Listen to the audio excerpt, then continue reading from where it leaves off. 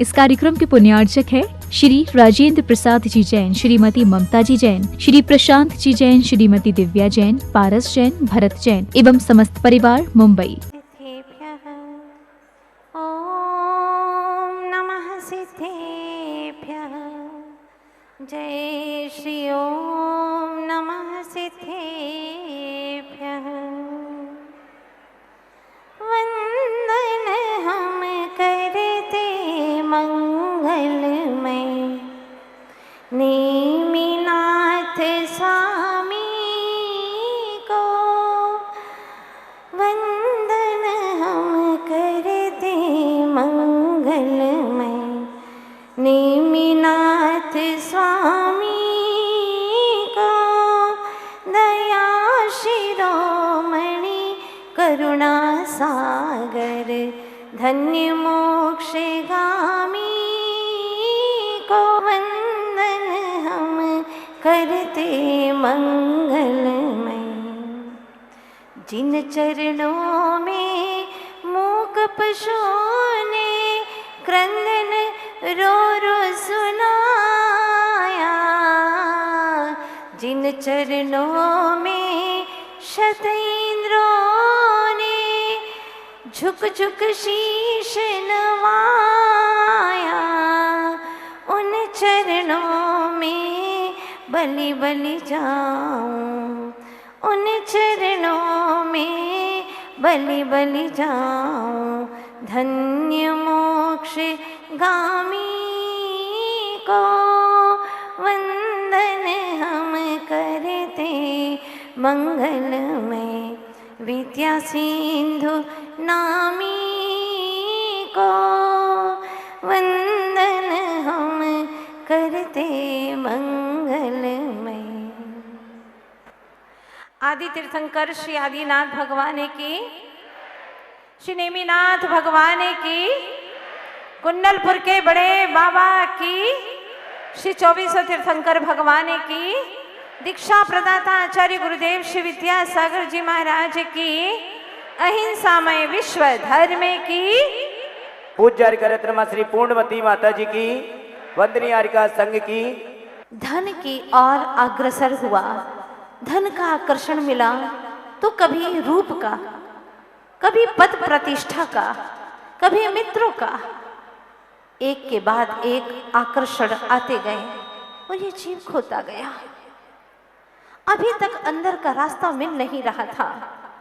आवाजें आ रही हैं, एदम मेरदो निच्चम संतुष्टो होदि निच्चमेदम ही एदीन होदि तित्तो सो होहति उत्तमम सोखम। हे आत्मन, दुनिया में घूम करके आ जाओ, चाहे ऊर्ध्वलोक जाओ, स्वर्ग में चले जाओ, चाहे पाताल लोक जाओ, चाहे तिरछे तिर्यक लोक में घूम करके आ जाओ, लेकिन तुम्हें शाश्वत शांति तृप्ति कभी नहीं मिलने वाली है।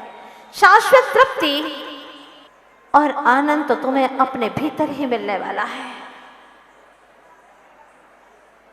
ये बाहर की रुनझुन, ये बाहर की आवाजें भीतर जाने नहीं देती। भीतर जाने के लिए एकदम खामोशी चाहिए। सारे विकल्प समाप्त हो तो भीतर की खबर मिलती है। कैसे जाऊं जहां शाश्वत आनंद है, परमानंद है। प्रभु, वो मंजिल मुझे दिखा दो। कैसे आऊं मैं? मुझे अंतर जगत की यात्रा करना है। समझ में नहीं आता आखिर कौन मुझे उस अंतर जगत की ओर ले जा सकता है। जिन्होंने स्वयं अंतर जगत का दर्शन किया हो, अपने भीतर के परमात्मा का एहसास किया हो, अनुभवन किया हो, वही मुझे भीतर तक ले जा सकते हैं। लेकिन उन्हें कहाँ ढूंढो? वो भी तो दिखाई नहीं देते। जो मुझसे भी मिलते हो, प्रभु से भी मिलते हो और कीचड़ के भीतर पड़े हुए, पाप पंख में फंसे हुए जीवों को निकाल सके, अर्थात जो कीचड़ के बाहर खड़े हो, कीचड़ के भीतर पड़े हुए जीवों को निकाल सके। आखिर है कौन वह? कैसे होते हैं वे? सुना तो है उनका नाम, कुछ अलग नहीं, लेकिन हाँ, प्रभु जैसे ही होते हैं, जिन्हें हम गुरु कहते हैं। हाँ, जो गो यानी अंधकार से रो यानी प्रकाश की ओर ले जाते हैं। ऐसे गुरु जीवन में आए और विद्रोह न हो, ऐसा हो नहीं सकता। गुरु आएंगे और हमारी अभी तक के जितने भी इकट्ठे किए हुए सोच हैं, विचार हैं, उनको बिल्कुल निकाल करके फेंक देते हैं और वे कहते हैं कि अगर तुम्हें दूसरी जो अंतर की दुनिया है वहाँ प्रवेश करना है तो मेरे साथ में आओ। ये सारे विकल्प जाल को उठा करके फेंक दो। ये सिक्के तुम्हारे वहाँ नहीं चल सकते, ये सोच तुम्हारी वहाँ नहीं चल सकती, मेरे साथ में चलो। आंख वालों को भी अंधा कहने की हिम्मत रखते हैं वे। आखिर कौन है ऐसे जो अंधों के बीच रह करके सुंदर से सुंदर दृश्य की चर्चा करते हैं? ऐसे होते हैं गुरु। लेकिन समझे कैसे माने कि दुनिया में कुछ ऐसा भी है, ऐसी भी वस्तु व्यवस्था है जो अद्भुत है, अनुपम है, जो सबके भीतर है, आप सबके भीतर में है। ऐसी क्या चीज है? वह एक ऐसी आत्मा जो परमात्मा को लिए हुए है, अनंत शक्तियों को लिए हुए है, अनंत गुणों का गोदाम है, ज्योतिर्पुंज है। उसका एक बार दर्शन कर ले तो फिर दुनिया को देखने की तमन्ना ही ना हो। हाँ गुरुवर, मुझे भी उसी की लगन लगी है, ऐसी लगन लगी है कि एक बार आप दिख जाओ। कहाँ हो गुरुवर? कहते हैं ना आप लोग, लगनी लागी छे, हाँ कि लगनी लागी छे कि अग्नि जागी छे, तारा मिलन नी गुरु कि लगनी लागी छे कि अग्नि जागी छे, तारा मिलन नी गुरु। पड़े पड़ जंख्या करो तने कि लगनी लागी छे कि अग्नि जागी छे, तारा मिलन नी गुरु। और वह पथिक अपने आप को समझाता, अपने आप से वार्तालाप करता कि गुरु बस मुझे आपसे मिलना है, कहाँ हो आप? दिन रात तुम्हारा सुमिरन ही करता रहता हूँ और कर भी क्या सकता हूँ। एक शिष्य होने की भावना रखने वाला इंसान क्या कर सकता है? गुरु की सिर्फ स्मृति ही कर सकता है, उनका सुमिरन ही कर सकता है। लेकिन गुरुवर आप हो कहाँ? एक बार मुझे दिखो ना। आपका सुमिरन तो मुझे इतना बेचैन करता है कि किसी से मिलने नहीं देता, किसी से मिलना भी चाहो तो मिलने नहीं देता।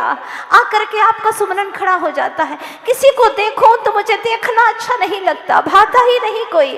किसी की बात करना मुझे अच्छा नहीं लगता, सिवा तुम्हारे मुझे कुछ भी रुचता ही नहीं है। आखिर क्या जादू कर दिया आपने मुझ पर? ऐसा क्या चमत्कार कर दिया कि मुझे कुछ अच्छा ही नहीं लगता? कहो ना, आप कैसे हो? आखिर कैसा रूप है तुम्हारा? बताओ ना, क्योंकि मैंने अभी तक दुनिया के लोगों को देखा है पर उसमें ऐसा कभी जादू नहीं देखा। आखिर कौन है आप? कहते हैं कि शिष्य का हिल स्टेशन है गुरु। क्या सच में आप ऐसे हो? कहते हैं कि गुरु प्रभु जैसा लगता है। क्या सच में आप ऐसे हो? कहते हैं कि 7 समंदर में स्नान करने से जो तीर्थ का फल मिलता है, हिंदू शास्त्रों में लिखा है, जो 7 समंदर में नहाने से जो तीर्थ का फल मिलता है वो मात्र गुरु के चरणों का गंधोदक एक बूंद स्पर्श कर ले तो उतना फल प्राप्त हो जाता है। कहते हैं कि शनि की 7.5 लग जाए तो भी अगर गुरु पदरज को 7.5 माह तक अपने माथे पर लगा दे कि उसकी 7.5 ही खत्म हो जाए, ऐसी शक्ति है। आखिर कौन है ऐसे गुरु? कहाँ है ऐसे गुरु? मैं उन्हें पाना चाहता हूँ। हे गुरुवर, मैं आग में झुलस रहा हूँ और आप आग के बाहर हैं, फिर भी आप आग के उन लपटों में प्रवेश करके मुझे बचा लेते हैं, ऐसा मैंने सुना है। आखिर आप हैं कैसे? मैं जानना चाहता हूँ। कहते हैं ना कि मुसीबतों ने जब भी मुझे काले बादल की तरह घेर लिया, मुसीबतों ने जब भी मुझे काले बादल की तरह घेर लिया, जब कोई राह नजर नहीं आई तो गुरु ने आकर समेट लिया। ओह, एक गुरु ही ऐसे हैं। प्रभु तो कुछ बोलते नहीं हैं, लेकिन गुरु बोल करके मुझे प्रेरणा देते हैं, वो सतपथ पर चलाते हैं। आखिर वो कौन है ऐसे सदगुरु? मैं जानना चाहता हूँ, मैं उन्हें देखना चाहता हूँ। कहाँ हो आप? लेकिन चलूं कैसे, किस राह पर चलूं, मुझे तो पता ही नहीं आप कहाँ रहते हैं। कोई अदृश्य वार्ता करिए ना गुरुवर, जिससे मैं आपकी राह पर चल सकूं, कहीं भटक न जाऊं। वैसे ही दुनिया में बहुत भटका हूं अब, और आपको पाने के लिए कहीं भटक ना जाऊं, डर लगता है, चलूं या ना चलूं। भीतर की आवाजें कहती है, तुम चले तो आंधिया तूफान खुद ही चल पड़ेंगे, तुम चले तो आंधिया तूफान खुद ही चल पड़ेंगे, सागरों की बात क्या हिमगिरी सरी के ढल पड़ेंगे, सागरों की बात क्या हिमगिरी सरी के चल पड़ेंगे। तुम न समझो ये निशाएं, तुम न समझो ये निशाएं राहत अपना रोक लेंगी, तुम बढ़े तो दीप क्या सूरज हजारों चल पड़ेंगे, तुम चले तो दीप क्या सूरज हजारों चल पड़ेंगे। कह रही गंगा हिमालय और नभ के चांद तारे, कह रही गंगा हिमालय और नभ के चांद तारे, जीत उसको ही मिली जो हार से हारा नहीं है। गुरु के बिना कोई भी मानव मोक्ष को पाता नहीं है, गुरु के बिना कोई भी मानव मोक्ष को पाता नहीं। चल पड़ो, हौसला बुलंद करो। गुरु बहुत बड़ा सुख देते हैं। दुनिया के लोग छोटा छोटा अल्प सुख, नाशवान सुख देने वाले हैं, और वो भी वो नहीं देते, अपने अपने कर्म से ही प्राप्त होता है। कहने में आता है कि उसकी वजह से मैं सुखी हूँ, लेकिन गुरु की तो बात ही कुछ और है। कहते हैं ना विद्वान लोग, सारी धरा भी साथ दे तो और बात है, सारी धरा भी साथ दे तो और बात है, पर गुरु जरा भी साथ दे तो कुछ और बात है। गुरु जरा सा भी साथ दे तो कुछ और बात है। चलने को तो एक पांव से भी चल रहे हैं लोग, चलने को तो एक पांव से भी चल रहे हैं लोग, मगर दूसरा भी साथ दे तो कोई और बात है, दूसरा भी साथ दे तो कोई और बात है। ऐसे है सदगुरु। लेकिन ये सारी बातें सी लगती है, सच क्या है मैं जानना चाहता हूं। आगे बढ़ता जा रहा है एक विश्वास के सहारे, और एक विश्वास ही है जो हमारे श्वासों में ऊर्जा फूंकती है। जब यह शरीर बहुत बीमार हो गया, 19 किलो मात्र वजन रह गया, तब गुरु के पास में बहनें आई और कहा, गुरुवर ऐसा लगता है जैसे अंतिम श्वास से ले रही हैं, आप आशीर्वाद दीजिए गुरुवर, आशीर्वाद दीजिए। आचार्य भगवान ने एक शब्द लिख करके दिया था, वो मेरे हृदय में आज भी जमा है, और जब तक मोक्ष न जाऊं तब तक जमा रहेगा। गुरुदेव की अनंत कृपा है। उन्होंने लिखा था, आत्मविश्वास ही श्वास है, आत्मविश्वास ही श्वास है, अपने आत्मविश्वास को खोना मत। इसने मुझे इतना साहस दिया, जैसे कि मुर्दे में जान फूंकती हो। तो मुझे समझ में आता है कि गुरु क्या होते हैं।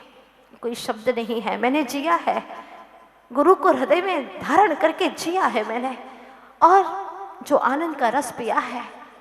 मुझे लगता है कि गुरु कोई व्यक्ति नहीं है, एक अद्भुत शक्ति है, यह आध्यात्मिक शक्ति है जो अनंत काल के पट को खोल देती है।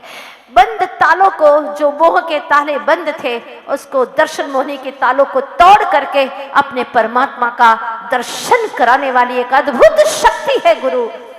ये व्यक्तित्व महान है। तब सोचा, आखिर मैं क्या करूं, कुछ समझ में नहीं आता। पथिक सोच रहा है, आत्मदर्शन के लिए 4 द्वारों से तो गुजरना होगा। सबसे पहला द्वार है चिन्मय द्वार, अर्थात गुरु के गुणों से प्यार हो, गुरु के गुणों के प्रति हमें अहोभाव होवे। यह सबसे पहला द्वार है चिन्मय द्वार, चेतन द्वार। तो दूसरा द्वार आता है अचेतन का द्वार, जिसमें गुरु के व्यक्तित्व से प्रेम होता है, गुरु की हर क्रिया से प्रेम होता है। वो बोले तो प्रेम, वो चले तो प्रेम, वो हंसे तो प्रेम, वो नाराज हो जाए तो भी प्रेम। उनके हाँ में भी हाँ, उनके ना में भी हाँ, तेरे फूलों से भी प्यार, तेरे शूलों से भी प्यार। तो जो करे गुरु, बस वो मुझे अच्छा ही अच्छा लगता है, क्योंकि गुरु ही मुझे अच्छा लगता है। ये है दूसरा अचेतन का द्वार। और तीसरा अवचेतन के द्वार से गुजरना होगा, अर्थात गुरु जो भी आज्ञा दे वो मुझे स्वीकार है, वो जो कहे मुझे स्वीकार है। गुरु ने कहा, मेरे पास नहीं आओगे, 20 किलोमीटर दूर हैं, सालों से प्रतीक्षा करें, अभी नहीं आओगे, अभी तुम्हें यहाँ से 1000 किलोमीटर दूर वापस लौट करके जाना है। पल भर में तो लगता है कि ऐसी आज्ञा, दर्शन करने के लिए नयन बहुत तड़प रहे हैं। गुरुवर एक बार बोल दो ना कि आ जाओ मेरे पास, दर्शन कर लो, ये आंखें तृप्त हो जाएगी, आपका क्या बिगड़ेगा। लेकिन गुरु ने नहीं कहा। तब मन को समझाया, ये इस अवचेतन के द्वार से भी तुझे गुजरना होगा, क्योंकि इसमें शिष्य का बहुत हित छिपा है। परीक्षा उसी की ली जाती है जो विद्यार्थी पढ़ता है। गुरु को विश्वास होता है कि ये उत्तीर्ण होने वाला है, तभी कड़ी से कड़ी परीक्षा लेते हैं। गुरुकुल में एक बच्चे को, एक विद्यार्थी को भयानक रोग हो गया, इसका कोई इलाज नहीं, बस 1 माह में मरने वाला है। एक वैद्य से पूछा, क्या कोई और उपाय है इसका? वैद्य ने कहा, एक उपाय है, अगर नागिन का जहर उसे मिल जाए तो ये विद्यार्थी आपका ठीक हो सकता है, अन्यथा और कोई उपाय नहीं है। गुरुजी प्रतीक्षा कर रहे थे, क्योंकि वहाँ एक नागिन अधिकांश गुजरती थी। तब गुरुजी ने कहा विद्यार्थी से, बेटा आज तुम्हें नागिन की लंबाई नापनी होगी, मुझे बहुत जरूरी है। शिष्य ने एक बार नहीं पूछा कि गुरुजी ऐसा क्यों, मैं क्यों नापूं, भला नागिन के पास मुझे क्यों जाने को कह रहे? कुछ नहीं बोला, कुछ नहीं कहा, और वहाँ गुरु की आज्ञा अनुसार उस नागिन की लंबाई नापने के लिए चला गया। लेकिन नाप नहीं पाया, क्योंकि नागिन की रफ्तार, उसकी चाल बड़ी तेज थी, वो दौड़ नहीं पाया और वह बिल में चली गई। अब गुरुजी ने सोचा, 1 महीने में मात्र 10 दिन शेष रह गए हैं, 20 दिन गुजर गए, अगर उसको नागिन का जहर नहीं मिला तो ये बालक मर जाएगा, और मैं ऐसे नहीं होने दूंगा। अब की बार गुरु ने कठोर दंड दिया, अगर तुमने इस बार नागिन के दांत नहीं गिने ना तो मैं तुम्हें यहाँ गुरुकुल में रहने नहीं दूंगा, जाओ मेरी आज्ञा है। इतनी कठोर आज्ञा, इतनी कठोर एक विद्यार्थी के साथ में। उसने सोचा, गुरु ने आज्ञा दी है, मुझे पूर्ण करना ही है, और मुझे सिर्फ 5 दिन में यह आज्ञा को पूर्ण करना है। गुरु ने आज्ञा दी है, इसलिए वह चला जाता है। और संयोग से वह बिल के वहां पर नागिन घूम रही थी। जैसे उसने देखा, दबे पैरों से गया और नागिन को पकड़ लिया। पकड़ती उसने उसका मुंह खोला और दांत गिनने लगा। क्या नागिन दांत गिनने देगी? उसने तो उसको डस लिया, और जैसे उसको डसा, उसके शरीर में नागिन का जहर प्रवेश कर गया। गुरुजी आए और आकर के उसको अपनी गोद पर लेटा लिया। उनकी आंखों में खुशी के आंसू छलक रहे थे, और उसकी जो भयानक बीमारी थी, जैसे ही नागिन का विष उसके शरीर में गया, उस रोग के जितने भी कीटाणु थे वो सब उसके शरीर से बाहर निकलने लगे, और वह बालक तरोताजा हो गया, निरोग हो गया। वाह गजब! जब वह स्वस्थ हो गया तो गुरु ने पूछा, वत्स, जब मैंने तुमसे कहा था कि नागिन के दांत गिनने के लिए जाना है, तो तुमने मेरे बारे में क्या सोचा? गुरुवर, मैं क्या सोचता, मैं तो कुछ सोचने वाला होता ही नहीं। जब मन ही आपको सौंप दिया है तो सोचने वाला मैं कौन होता हूँ? आप जानो, बस मुझे तो इतना विश्वास है कि गुरु मेरे हृदय में है, मेरा कभी अहित नहीं होने देंगे। एक बात, मैंने दूसरी बात ये तय की है कि गुरु के पास में जाकर के कभी भी अपनी महाभारत नहीं सुनाना है, गुरु की हमेशा रामायण ही सुनना है। तीसरी बात मैंने तय की है कि गुरु से कोई छोटी चीज नहीं मांगना, कि हमारा स्वास्थ्य ठीक नहीं है, बेटे की शादी हो जाए, बिटिया कुंवारी है, ऐसी कोई चीज नहीं मांगना। गुरु से बड़ी चीज मांगना, जिसको मांगने के बाद भी कोई मांगना शेष ना रहे। बस गुरुवर, मैंने तो अपना जीवन आपके चरणों में सौंप दिया है। ऐसी भी भावना होती है। हाँ, इसी का नाम है धर्म की शुरुआत। वह पथिक चला जा रहा है एक गुरु की टोह में, गुरु की खोज में, और वह जाता है तो एक झोपड़ी के वहां पर उसको एक सुरीली आवाज सुनाई देती है। क्या थी आवाज? आप भी सुनने के लिए उत्सुक रहेंगे। मेरी जिंदगी में क्या था तेरी कृपा से पहले, मेरी जिंदगी में क्या था तेरी कृपा से पहले, मैं बुझा हुआ दिया था तेरी कृपा से पहले मैं बुझा हुआ दिया था, तेरी कृपा से पहले मैं था खाक एक जर्रा, और क्या थी मेरी हस्ती। मैं तो डूबा जा रहा था तूफान में जैसे कश्ती, दर दर भटक रहा था तेरी कृपा से पहले, दर दर भटक रहा था तेरी कृपा से पहले। और क्या आवाज आती है सुनिएगा। यूं तो है जहां में लाखों, तेरे जैसा कौन होगा, गुरु आप जैसा दाता भला जग में कौन होगा। मुझे कौन पूछता था, मुझे कौन पूछता था, तेरी कृपा से पहले ना ये गीत ये गला था, तेरी कृपा से पहले मेरी जिंदगी में क्या था, तेरी कृपा से पहले। और सुनता है बड़े गौर से एक एक पंक्ति को और सोचता है आखिर है कौन इसके अंदर जो इस तरह की पंक्तियां गा रहा है, इसकी भी जिंदगी में कोई गुरु है, आखिर है कौन ये। और जा करके धीरे से देखता है जिनके अंतर की धड़कनों से श्वासों से पंक्तियां गुजर रही थी, मेरी जिंदगी में क्या था, तेरी कृपा से पहले सन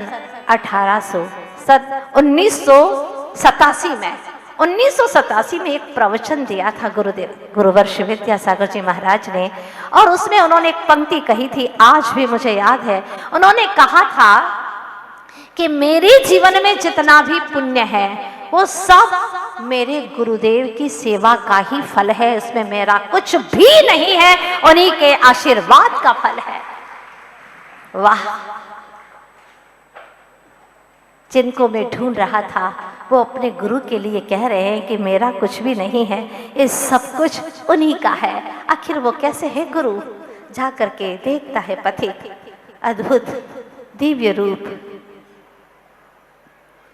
दिव्य स्वरूप में रमने वाले धन्य है ऐसे गुरुवर जिनको मैं सदियों सदियों से ढूंढ रहा था।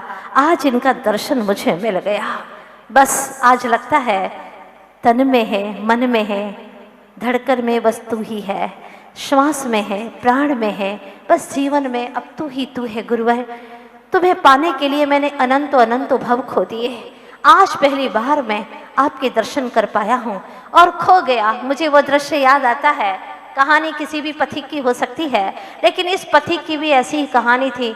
पता नहीं बचपन से आंखें जिन्हें ढूंढ रही थी, वो पहली बार दर्शन जब मिला मड़िया के प्रांगण में, तो मैंने देखा कि जिन्हें कई भव भवांतर से ये चेतना खोज रही थी वो ये है वीतराग स्वरूप वाले परम गुरु। ओह अद्भुत,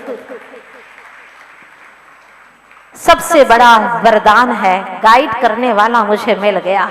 जैसे कि एक्सीडेंट हो और 108 नंबर वाली वहां पर आकर के खड़ी हो जाए तो लगे कि वाह क्या पुण्य है। ऐसा मुझे लगा कि कई भवों का सातिशय पुण्य उदय में आ गया जब गुरुवर्ष विद्यासागर जी महाराज का दर्शन मुझे मिल गया। फिर तो मैंने तय कर लिया कि डूबना है, ऐसे ही सागर में डूबने का मन बनाया था और डूब जाऊं, क्योंकि कहा है ना, डूबा जो तेरी भक्ति में भव सिंधु से वो तर गया, इस पार बैठा रह गया जो डूबने से डर गया। अपने अहंकार में, अपने माया जाल में जो डूबना नहीं चाहता वो इसी किनारे पर पड़ा रहता है।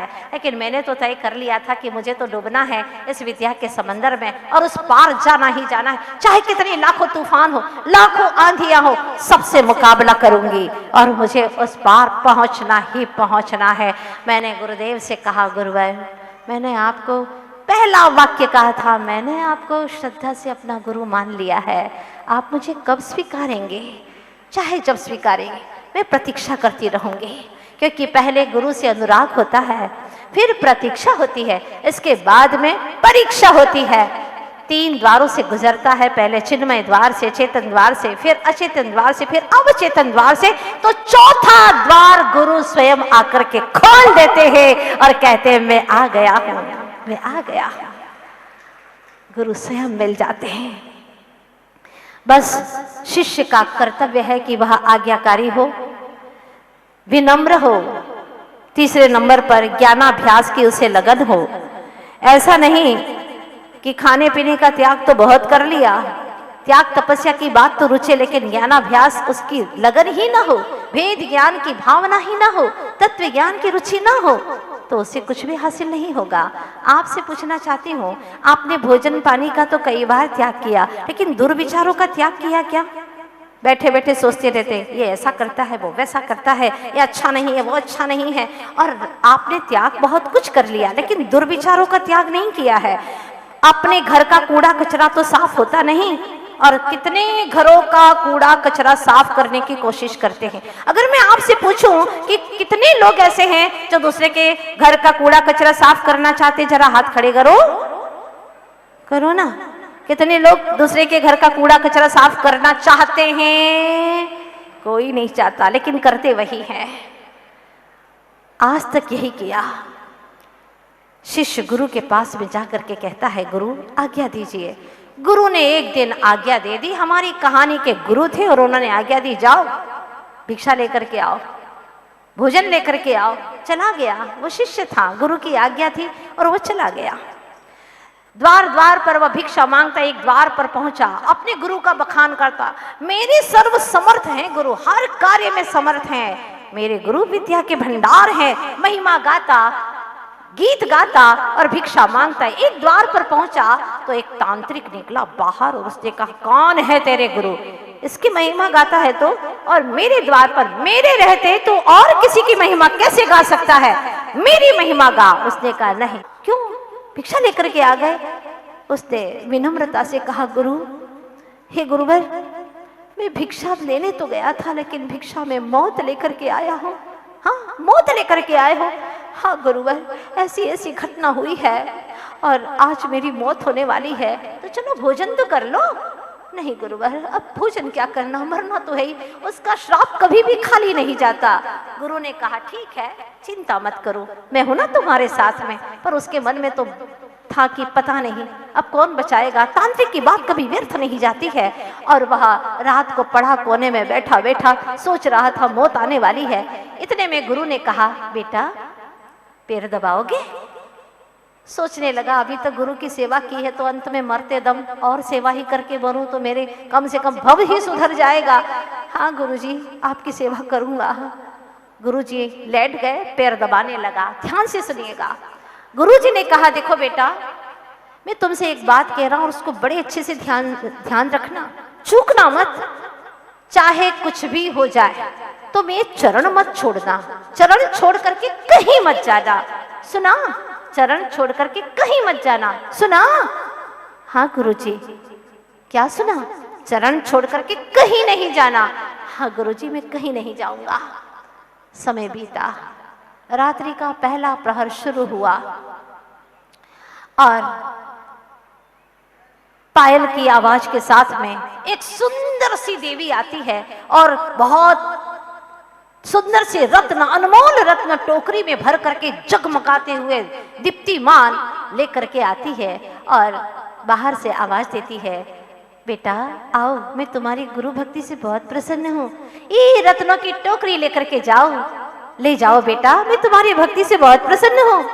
तब वह कहता है, हे देवी माँ, अगर तुम्हें देना है तो यहीं आकर के दे दो, लेकिन मैं उठ करके गुरु के चरण छोड़ करके नहीं आ सकता। मैं मना नहीं कहता, इनकार नहीं करता, लेकिन आप आकर के मुझे दे दो। तांत्रिक ने सोचा कि पहला पासा तो मेरा उल्टा चला गया, ये उठने वाला नहीं है, तो उसने दूसरा पासा फेंका और दूसरे पासे में उसने उसी की माँ को भेजा, माँ का रूप धारण करके भेजा। वो सोच में पड़ गया, ओ मेरी माँ तो 10 वर्ष पहले ही गुजर गई थी, लेकिन मरते दम मेरी माँ आ गई और कहती बेटा बेटा मैं आ गई तुमसे मिलने के लिए, आओ बेटा एक बार गले लग लो मेरे, आ जाओ, मैं तुम्हें अंत अंत में मिलने के लिए आई हूँ। माँ अच्छा किया तुम आ गई, लेकिन मैं गुरु की आज्ञा को मेट नहीं सकता। अगर आपको गले लगना है तो मेरे पास में आ जाओ ना माँ, आ जाओ, मैं भी चाहता हूँ, लेकिन मैं पास में आपके नहीं आ सकता, आप खुद ही आ जाओ ना। वो तो बिल्कुल विद्यार्थी अटल रहा गुरु की बात पर, अब की बार भी नहीं गया। तो तीसरी बार तांत्रिक ने सोचा मेरा दूसरा पासा भी पलटा दिया उसने, अब क्या करूं। अब तो वह यमदूत का रूप धारण करके आता है, यम का रूप धारण करके आता है और कहता है मैं तुम्हें लेने के लिए आई हूं, चलो मेरे साथ में। अब तो उसने और दृढ़ता के साथ में कहा आना है तो अंदर आकर के मुझे पकड़ करके लेकर के जाओ, मैं तुम्हारे पास में नहीं आने वाला, काल क्या महाकाल भी आ जाए मैं गुरु को छोड़ने वाला नहीं हूं, ये बात पक्की है। इस तरह से उसके तीनों पासे उल्टे हो गए। सवेरा हुआ, चिड़िया चहचहाने लगी। तब गुरु ने कहा वत्स सवेरा हो गया, क्या हुआ तुम्हारी मौत का, वो तो आने वाली थी ना, तांत्रिक की बात तो कभी खाली नहीं जाती, फिर क्या हुआ, तुम तो जिंदा हो। हाँ गुरुजी लगता तो है कि मैं जीवित हूँ। लगता क्या है, तुम बोल रहे हो ना, इससे बड़ा प्रमाण और क्या चाहिए, जिंदा होना तभी तो बोल रहे हो। हाँ हाँ गुरुजी, लेकिन ये तो कैसे हो गया। तब वह पूरी रात की कहानी सुनाता है गुरु को। गुरु ने कहा बस चरण एक बार पकड़े हैं तो छोड़ना मत, जब तक कि मुक्ति ना मिले। गुरुजी मैं तुझ चरणा पकड़या, हवे कदी ना छोड़ो रे। गुरुजी मैं तुझ चरणा पकड़या, हवे कदी ना छोड़ो रे।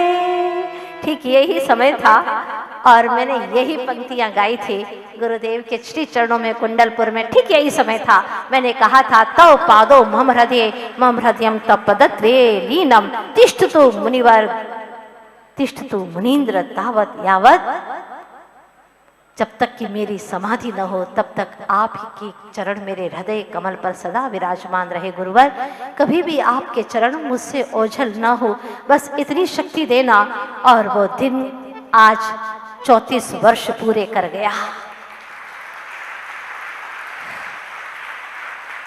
कितनी बड़ी अनुकंपा गुरु की अनुकंपा और करुणा को मैं शब्दों में नहीं गा सकती, लेकिन एक कुछ पंक्तियां उभर करके आ रही हैं। मुझको मिलेगा गुरुद्वार, मैंने सोचा नहीं था गुरुराज हो, इतना मिलेगा मुझे प्यार। मैंने सोचा नहीं था गुरुराज हो, मुझको मिलेगा तेरा द्वार। देखा ज़माना अपनों की रिश्तेदारी, यारों की यारी, दौलत के आगे सर को झुकाती दुनिया सारी की सारी। ऐसा मिलेगा पहली बार, ऐसा मिलेगा पहली बार। मैंने सोचा नहीं था गुरुराज हो, मुझको मिलेगा तेरा द्वार। कहाँ राजस्थान और कहाँ बुंदेलखंड की सौंधी माटी की धरा पर गुरुराज विराजमान थे, नाम तक नहीं सुना था, बहुत बड़ा अचंभा हुआ था। सच कहूँ मुझको पूरा भरोसा था कि तू ही सुनेगा। सच कहूँ मुझको पूरा भरोसा बरसा था कि तू ही सुनेगा। भाव ये मेरे चाहे कोई न समझे गुरुवर, तू समझेगा। तुझ सा मिलेगा गुरुदार हो, तुझ सा मिलेगा हितकार। मैंने सोचा नहीं था गुरुराज हो, तुझ सा मिलेगा गुरुद्वार। मैंने सोचा नहीं था गुरुराज हो, तेरा मिलेगा मुझे द्वार। सच में मुझे तो बहुत आज भी लगता है कि मुझे प्रभु का द्वार मिल गया है, क्योंकि गुरु क्या मिले, ऐसा लगा कि साक्षात आदिनाथ मिल गए। वो गुरु का वितराग रूप आज भी दिखता है और मन करता है, तू खूब मने कमी छे मारा वाला प्रभु, तू खूब मने गमे छे मारा वाला प्रभु। मारा मन में तो रमे छे मारा वाला गुरु, मारा मन में तो रमे छे मारा वाला गुरु। क्या कहूँ गुरुवर, आपके लिए तो पूरी जिंदगी भर गाती रहूं तो मन थकता नहीं है, ये गीत रुकते नहीं है, क्योंकि आप हैं ही ऐसे। तीर्थंकरों के पास में भी उस काल में भी ये जीव था, पता नहीं कहाँ भटक रहा था, उनकी आवाज़ सुन नहीं पाया। जैसे कि मारीची आदिनाथ के काल में भी था, उनका पोता था, लेकिन उद्धार नहीं कर पाया। पर सामान्य मुनीश्वरों की वाणी सुन करके उसकी काल लब्धि आ गई। ठीक उसी प्रकार से आपकी दिव्य तेजोमय वाणी को सुन करके मेरी भी काल लब्धि आ गई गुरुवर। अब समय बहुत कम है और मैं भावना करती हूँ कि यदि आप मुझसे पहले मोक्ष चले जाएं तो मैं सोचूंगी कि ये संगति करना सार्थक हो गई है, ये चातुर्मास करना सार्थक हो गया है, ये अध्यात्म की बातें श्रवण करना सार्थक हो गई है। जीवन का सार तो वही है। और गुरु हमारी कई तरह से परीक्षा लेते हैं, जैसे कि एक गुरु परीक्षा लेता है। गुरुदेव ने मेरी भी बहुत परीक्षा ली है, और गुरु होते ही ऐसे हैं जो कड़ी से कड़ी परीक्षा ले। पर ये शिष्य भी तो उन्हीं का है ना, उन्हीं के वंश का अंश है। हाँ गुरुवर, ऐसी परीक्षा लो कि मेरे 8 ही कर्म नष्ट हो जाए और अब एक पल भी इस संसार में रहना न पड़े, अंतर जगत में समा जाऊं, अपने ही अनंत गुणों के गोदाम में प्रवेश कर जाऊं। प्रभु बस इतनी शक्ति दो, क्योंकि अनंत काल बीत गया, मुझे खलती है, राग द्वेष में जीना अच्छा नहीं लगता। गुरुवर आपने इतनी करुणा की है, थोड़ी सी और करुणा करके मेरे जीवन में इतना उजाला कर दो, इतना प्रकाश कर दो कि मैं अपने धाम पहुंच सकूं। बस यही आपसे पुकार करती हूँ। अजवाड़ा देखाड़ो अंतर द्वारो घाड़ो, अंतर द्वारो घाड़ो अजवाड़ा देखाड़ो, अजवाड़ा देखाड़ो गुरुवर अंतर द्वारो घाड़ो, अजवाड़ा देखाड़ो गुरुवर अंतर द्वारो घाड़ो। एक आप ही के हाथ ऐसे हैं जो मेरे अंतर द्वार को उद्घाटित कर सकते हैं, और गुरु ने पकड़ लिया है। मुझे लग रहा है थोड़ा सा खोल भी दिया है, निज का परमात्मा दिखने लगा है। क्या कहूँ गुरुवर, आप तो बहुत ही अद्भुत है, बहुत अद्भुत है। मुझे नहीं लगता कि गुरुदेव यहाँ पर नहीं है, कण कण में है मेरे गुरुवर। आप सबके हृदय में अभी मुझे दिखाई दे रहे हैं मेरे गुरुवर। जब वो देखते हैं तो ऐसा लगता है कि पूरा ब्रह्मांड मुझे देख रहा है। हे गुरुवर, बस अंत में इतना ही कहना चाहती हूँ। तारे शरणे आव्यो छु स्वीकारी ले, तारे शरणे आव्यो छु स्वीकारी ले, हवे लई जा गुरु तारा धाम मां, हवे लई जा गुरु तारा धाम मां। तारे शरणे આવ્યો છો સ્વીકારી લે તારી શરણે આવ્યો છો સ્વીકારી લે હવે લઈ જા ગુરુ તારા ધામમાં હવે લઈ જા ગુરુ તારા ધામમાં તારા હું ગીતડા ગાઉં બીજું હું કઈ ન જાણો તારા હું ગીતડા ગાઉં બીજું હું કઈ ન જાણો તારા હું દર્શન પામું બીજું હું કઈ ન જાણો મારા ભવ ભવના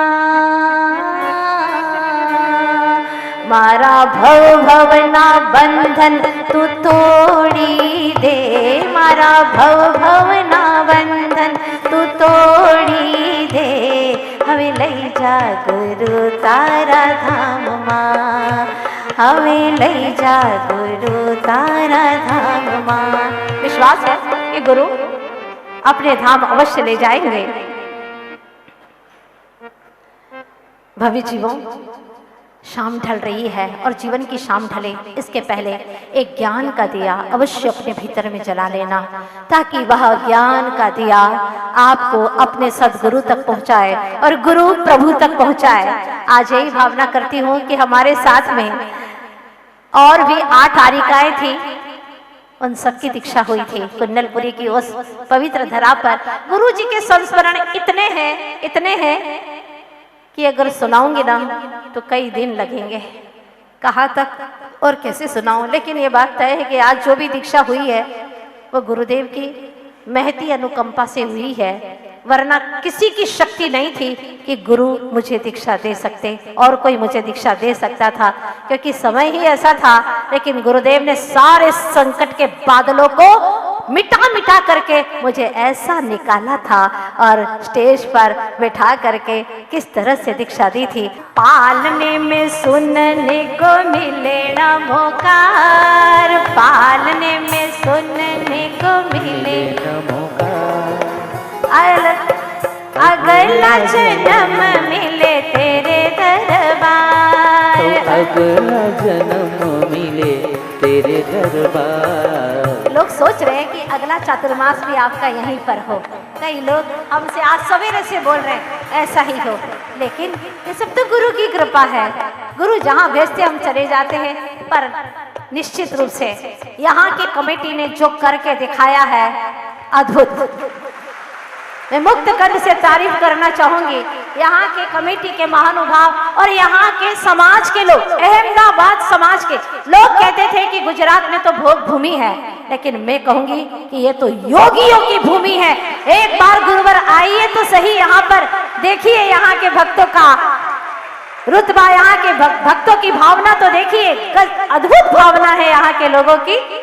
क्या भावना करते हैं, आप बने तीर्थंकर यही भावना, आप बने तीर्थंकर यही भावना, दिन में 4 बार सुनो दिव्य देशना, दिन में 4 बार सुनो दिव्य देशना। सभी लोग भावना करिएगा।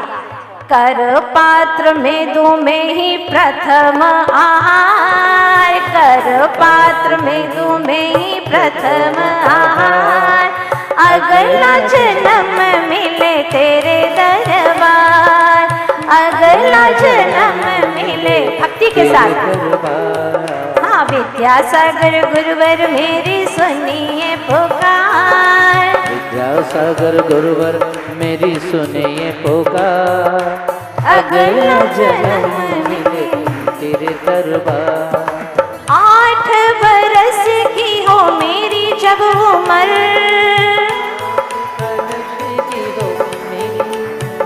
जब 8 बरस की उम्र हो मेरी, 8 बरस की हो मेरी जब उम्र,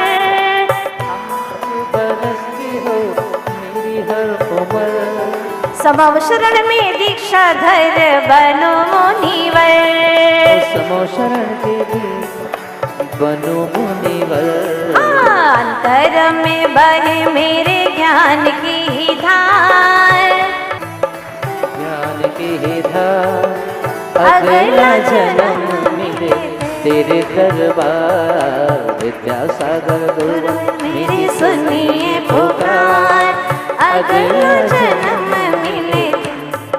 अंतिम भावना है, गुरु गुरु नाम मेरी रसना रटे, गुरु गुरु नाम मेरी रसना रटे, काल अनादि की भ्रमणा मिटे, कामना अनादि की भ्रमणा मिटे।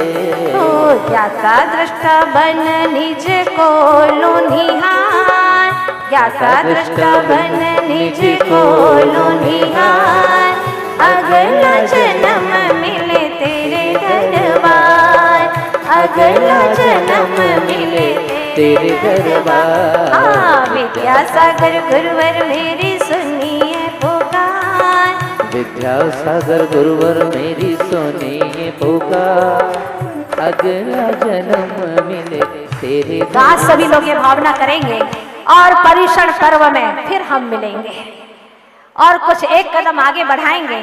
जो अभी तक नहीं पाया वो परीक्षण में आपको मिलने वाला है। शिविर में बैठेंगे, शिविरार्थी बनेंगे तो बहुत कुछ पाएंगे, ऐसा कि शायद पूरा जीवन, अनंत जीवन एक तरफ और ये 10 दिन आपके एक तरफ। गुरु परिवार जगह जगह से यहाँ पर महानुभाव आए हैं, सब गुरु परिवार के लोग हैं और अब गुरु परिवार में अहमदाबाद के महानुभावों की कड़ी भी जुड़ गई है। नेमी कुमार ग्रुप, सैकड़ों बच्चे हैं इसके अंदर और उन युवाओं ने ऐसा काम करके दिखाया है। उनका कहना है कि बस हम तो इसी तरह से गुरुदेव की भक्ति करते चले जाएंगे और अपने जीवन को सफल करते जाएंगे। बहुत अच्छी भावना है, क्या कहूँ कितना कहूँ। सब लोगों की मेहनत से ये कार्यक्रम आप लोगों ने 3 दिन का बहुत सफल किया। ऐसा लगा जैसे कि 3 जन्म जरा और मृत्यु को विनाश करने का आप लोगों ने बहुत बड़ा एक सुंदर सा सफल आयोजन किया है और आप सभी के लिए ये भावना करती हूँ हमारी संघस्थ आरिकाएं वो सभी हमेशा स्वस्थ रहे और प्रभु भक्ति में, गुरु भक्ति में मस्त रहे। इनको भी अतिशीघ्र संसार से मुक्ति मिले, यही भावना करती हूँ मैं हमारी सभी आरिकाओं से। और संघस्थ बहनें जो बहुत पुरुषार्थ करती हैं और हर तरह से सेवा में रत रहती हैं, इन्हें कभी भी ख्याति की, प्रसिद्धि की, नाम की कामना नहीं रहती है। मुझे बहुत अच्छा लगता है, यही वास्तव में मुक्ति का मार्ग है और गुरुदेव ने हम सबको यही शिक्षा दी है। गुरुदेव की शिक्षा हम सभी अपने जीवन में धारण करते रहें और आगे बढ़ते रहें, यही शुभकामना आप सभी लोगों के लिए भी कि अगली बार फिर दीक्षा दिवस बनाएं तो आप सभी लोगों में से कुछ लोग स्टेज पर आ जाएं, हमारे मंच पर आसीन हो जाए, ऐसी भावना करती हो। आप लोगों की भी दीक्षा हो तो बहुत अच्छा होगा। भावना करने में कभी कमी नहीं करना चाहिए, क्योंकि जो दीक्षा का आनंद है ये शब्दों के माध्यम से कहा नहीं जा सकता, शब्दातीत आनंद है। निश्चित रूप से आप लोग भी जब आएंगे, दीक्षार्थी बनेंगे, दीक्षा लेंगे तो आपको भी बहुत अच्छा अनुभव होगा। भावना करती हूँ आप सभी अपने आत्मस्थ होकर के जीवन का लक्ष्य अवश्य ही तय करें। इन्हीं भावनाओं के साथ में उस यात्री को अपनी मंजिल मिल गई थी, लेकिन आप सबको भी अपनी मंजिल मिले, यही भावना करती हूँ। बोलिए दीक्षा प्रदाता आचार्य गुरुवर श्री विद्यासागर जी महाराज की। इस कार्यक्रम के पुण्यार्चक थे श्री राजेंद्र प्रसाद जी जैन, श्रीमती ममता जी जैन, श्री प्रशांत जी जैन, श्रीमती दिव्या जैन, पारस जैन, भरत जैन एवं समस्त परिवार, मुंबई।